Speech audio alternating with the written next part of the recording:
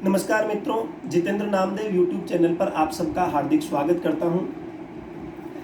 बहुत सारे बच्चों के मेरे पास प्रश्न पूछ रहे हैं कि सर ममता बनर्जी नंदीग्राम से खुद ही चुनाव हार गई हैं, तो क्या इसके बावजूद भी ये मुख्यमंत्री बन सकते हैं क्या? तो इसका सीधा सा आंसर बिल्कुल मुख्यमंत्री बन सकती हैं। कैसे बन सकती हैं, क्या इसके कॉन्स्टिट्यूशनली प्रावधान है, संवैधानिक प्रावधान मैं आपके सामने स्पष्ट करता हूँ। भारतीय संविधान का एक अनुच्छेद है 164 164।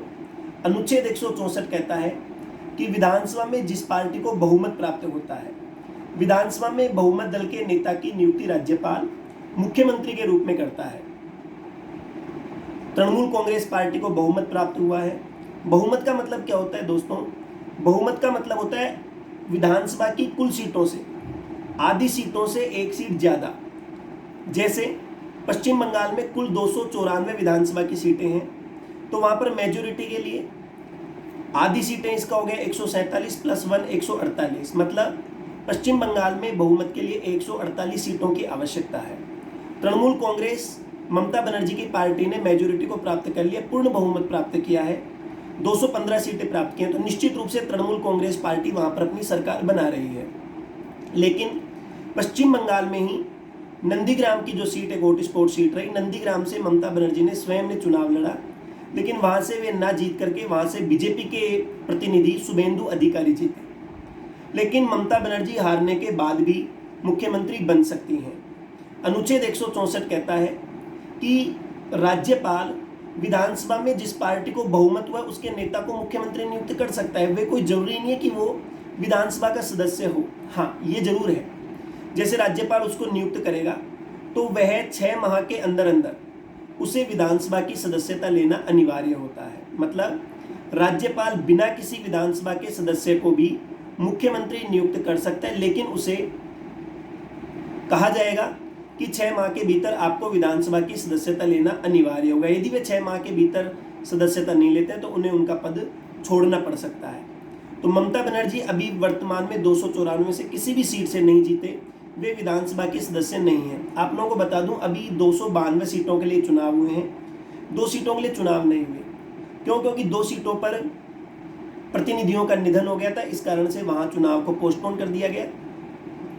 तो या तो ममता बनर्जी उन 2 सीटों से चुनाव लड़े, या अपने 215 जो विधायक हैं उनमें से किसी भी एक विधायक से वह किसी सीट से उन्हें त्याग पत्र दिलवा दे और वहां से स्वयं चुनाव लड़के और जीत जाएंगे और 6 महीने के अंदर अंदर विधानसभा के सदस्य बन जाएंगी, तो वे अपना कंटिन्यू 5 साल का कार्यकाल पूरा कर सकेंगे। एक तो ये बात, और ये पहली बार ऐसा नहीं हुआ है प्यारे बच्चों। इससे पहले भी, जैसे महाराष्ट्र की बात करूं, महाराष्ट्र का चुनाव भी काफी चर्चित रहा था। चुनाव के बाद में वहां के मुख्यमंत्री उद्धव ठाकरे बने। उद्धव ठाकरे को जब मुख्यमंत्री नियुक्त किया गया था उस समय उद्धव ठाकरे विधानमंडल के सदस्य नहीं थे, लेकिन उन्हें 6 माह के लिए नियुक्त किया गया और 6 महीने के अंदर अंदर उन्हें विधानसभा या विधान परिषद की सदस्यता लेने के लिए कहा गया। तो जो उद्धव ठाकरे थे, उद्धव ठाकरे ने 6 महीने के अंदर अंदर महाराष्ट्र की विधान परिषद की सदस्यता उन्होंने ग्रहण कर ली। इसी प्रकार यूपी का मुख्यमंत्री जब योगी आदित्यनाथ को नियुक्त किया गया था, योगी आदित्यनाथ भी विधानसभा या विधान परिषद किसी भी सदन के सदस्य नहीं थे, लेकिन उन्होंने भी 6 महीने के अंदर अंदर यूपी विधान परिषद की सदस्यता ग्रहण कर ली थी। वैसी परिस्थिति यहाँ बनी।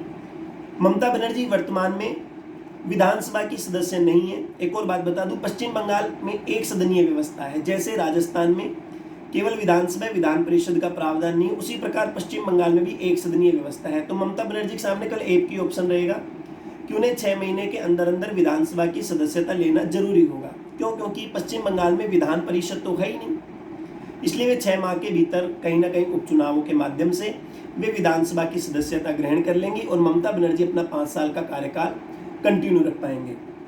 तो ममता बनर्जी मुख्यमंत्री बिल्कुल बन सकती हैं।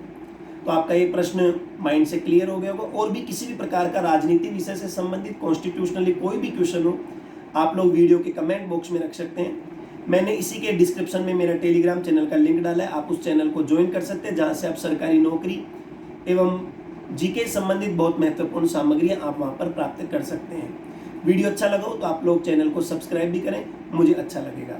थैंक यू, धन्यवाद, टाटा, बाय बाय। आपका दिन शुभ हो।